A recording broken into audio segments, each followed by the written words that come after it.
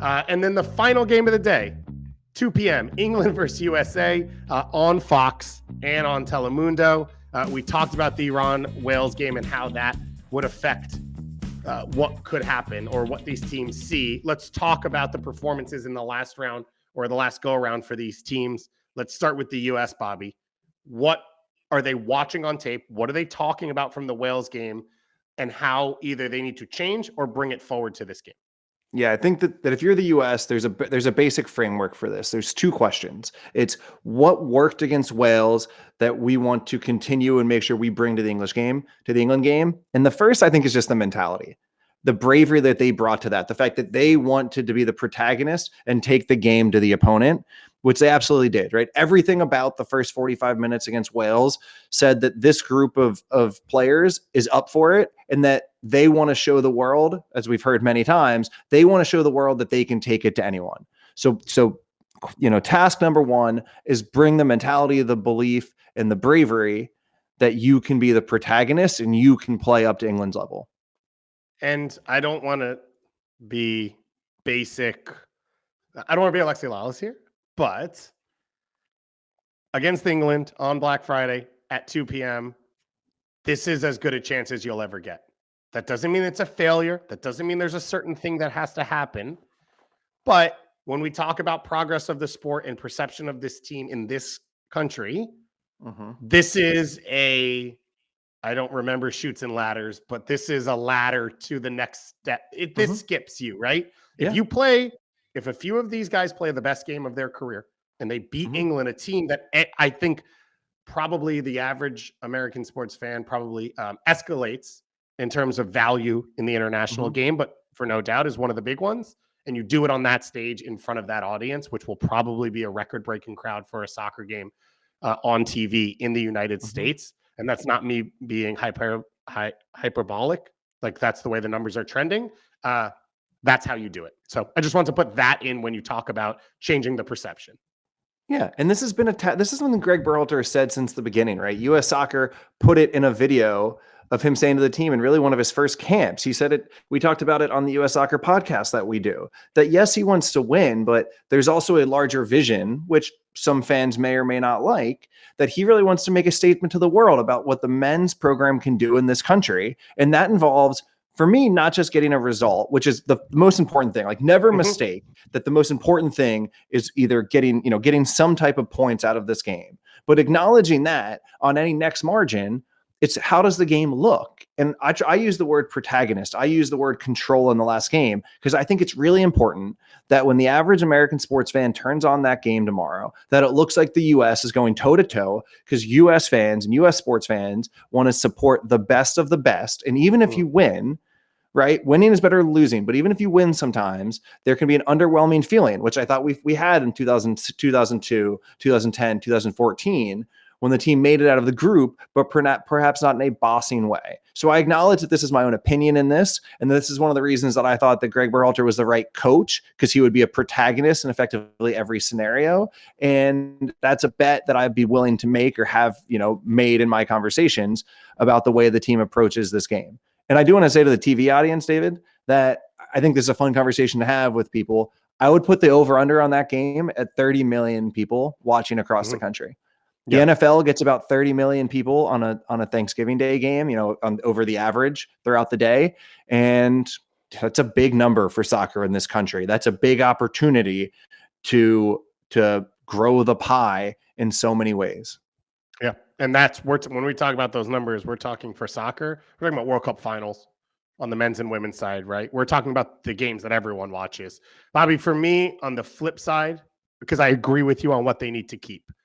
The mentality, the way they attacked, the way they played, not attacked in terms of tactically, but intact in terms of the way they went after the game.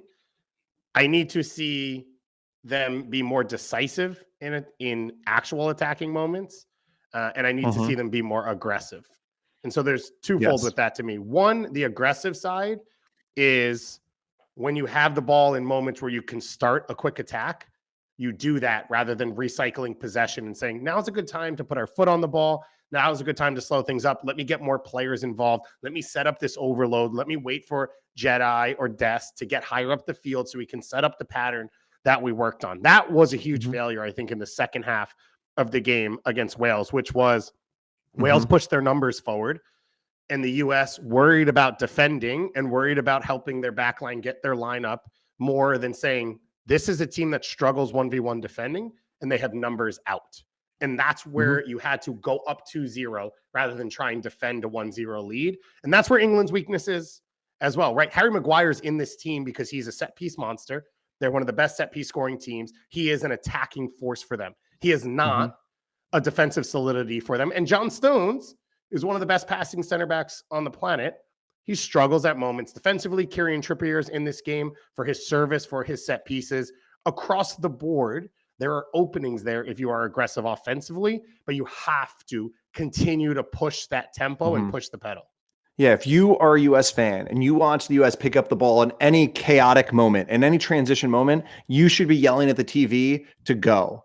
Take that chance, right? And there's a couple different ways to think about this, right? And I often think that we confuse the conversation when talking about a team style, about whether they're a transition team or a possession team.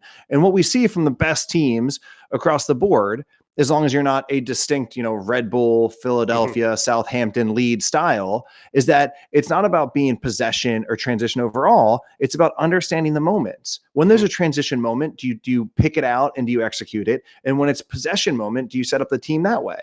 And so much of what this team did in possession was great, but they misread when they should go and take their chance. Because remember, most opportunities in transition are about 30% more valuable than when the opposition can get their team behind the ball.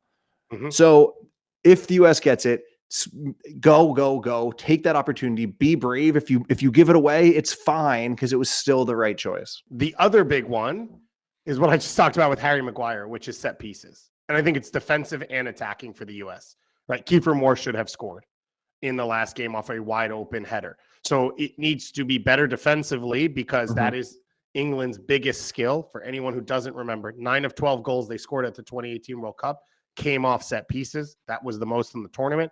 They led both the 2020 Euros and UEFA World Cup qualifying this round in big chances created and shots generated off of set pieces. That's England's bread and butter.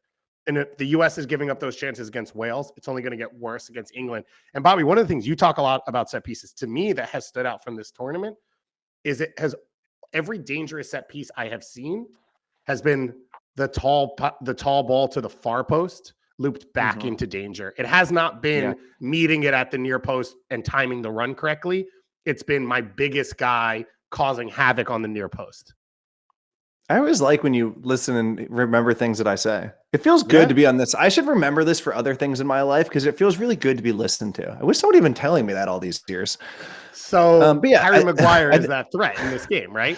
He is, yeah. And I think you're right. It's also, too, on just the trend on set pieces that they're not being whipped in, really. They're not being swung in. They're really being clipped just to the back post, like you said, not for the first header to go on goal, but for the second one. And David, when I think through how the U.S. can prepare for these set pieces that England can offer, I don't have a good answer because what you usually see is part zone, part man-to-man. Your best aerial players are in a zone. Then you put your strongest, your most balanced, your best center of gravity players man-to-man so that when they go against Harry Maguire, they don't try and win the header. They just try and nudge a Harry Maguire off so he can't win it or he can't get a clean header.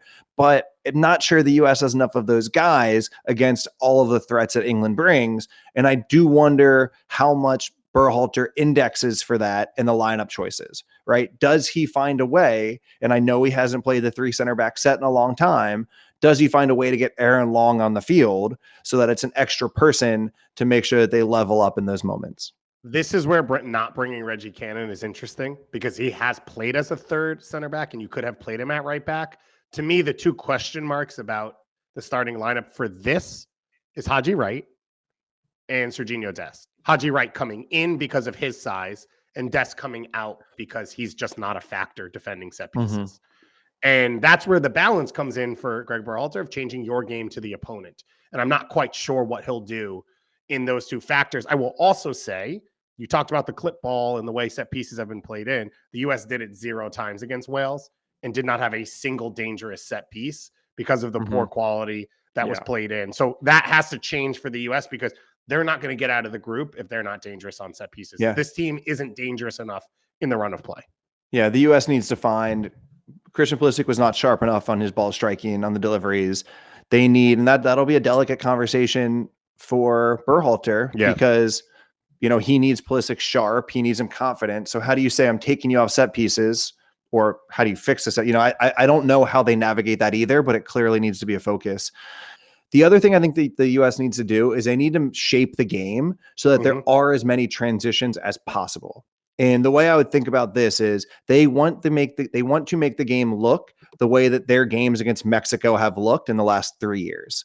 When the U.S. plays Wales, when they play Canada, when they play Honduras, especially at home, they have a lot of the ball. They play positional play. They set up their shape in different phases. When they play Mexico, the ball goes from the goalkeeper to the striker, and then they press, and Mexico has to play from a center back to a striker, and the ball is bouncing at midfield, and it becomes a contest of Weston McKennie, Yunus Musa, and Tyler Adams, or maybe Brendan Aronson or Kanaka, like all of these players that are really well suited to reading and winning second balls and then taking the ball in transition.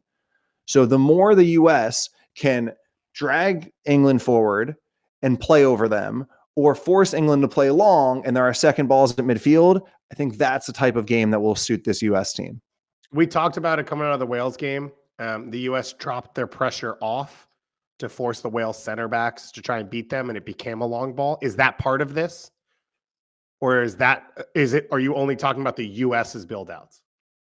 If England plays with two center backs, it will largely look the same. I mean, actually, you're right. Everything looks the same, except England won't have that central center, the third center back. Joe Rodon. Can then pick, so then it's the goalkeeper playing the ball long instead of Rodon playing the ball long. Mm-hmm. So it's the same general shape, just a different player you're forcing to try and make the situation. One of the big conversations right now is about Gio Reyna. I don't really have a better way to bring this up or talk about it. What do you make of what's been going on? I thought Matt Doyle gave a great explanation last time where everything that Berhalter has done for 4 years signals that he really rates Reyna and that he would love to have brought him into that game, right? Like he plays him at every opportunity. I thought even playing him in the friendlies, he wasn't suited to those, but he did. He clearly wants to get him on the field. And it just doesn't make sense to me why he wouldn't put him in if there wasn't an injury, but it makes all the sense to me why you would save him from that game. I shouldn't say maybe save him from that game, but it makes all the sense to me why you would lie about it. And you have the gamesmanship. So I don't know. I have no juice for this conversation. Yeah. You also have no juice. We're the only people in America who have no juice for this conversation. Yeah. I think there's not some huge conspiracy. I would also just like to throw out there, and I don't know anything, that I think maybe if the team game plan was, hey, you're not healthy, let's pretend you're healthy so everyone thinks you are. It's not outside the realm of possibility that a 19-year-old doesn't handle the wording perfectly live in front of media. And he sort of tries to push it onto Berhalter. And people take that as he's calling out his coach. And it might be, I don't really know how to get around this properly. Why don't you ask him? And Greg then says, no, he's totally fit. We love him. It's great, whatever, right? Where in a week and a half, we find out, no, he's actually unavailable. They couldn't get him off the roster, though, in time, or they didn't know in time, whatever it is. I do think there's probably some element of that in there. And I would throw out, or that's not true.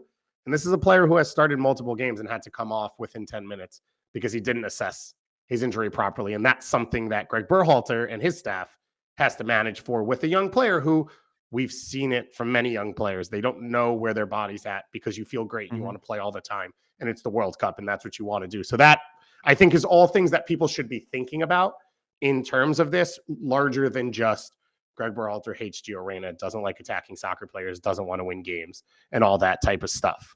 I can't believe you wedged that conversation into this. Yeah, we have to, because it is a big story, and it is also the nature of World Cups, right? And unfortunately, it's the nature of the last name Reyna for the U.S., which is like, yeah, best 11s are great. If Senegal had Sadio Mane, it'd be a different tournament. If John O'Brien was always healthy, the U.S. would have a whole different perception globally at the national team level. That's not the way this works. It's 3 games in a span of 8 days, and it's the best that you can get out there and what you can do with it. in that time span. It's going to be one of the biggest games in U.S. men's national team history tomorrow. We will be on after that, along with Andrew Wiebe and Matt Doyle, like we did on Tuesday. Long breakdown, long reaction. Send us all your topics. Send us what you want us to talk about. I think we'll have the emotion with you, whether it's positive or negative. We're going to be a place for you to all sort of live in the game a little bit more and experience it with us, as we have been over the last few years, as we have been over the last 8 years, or whatever it is that we've been doing this. So it's going to be a lot of fun.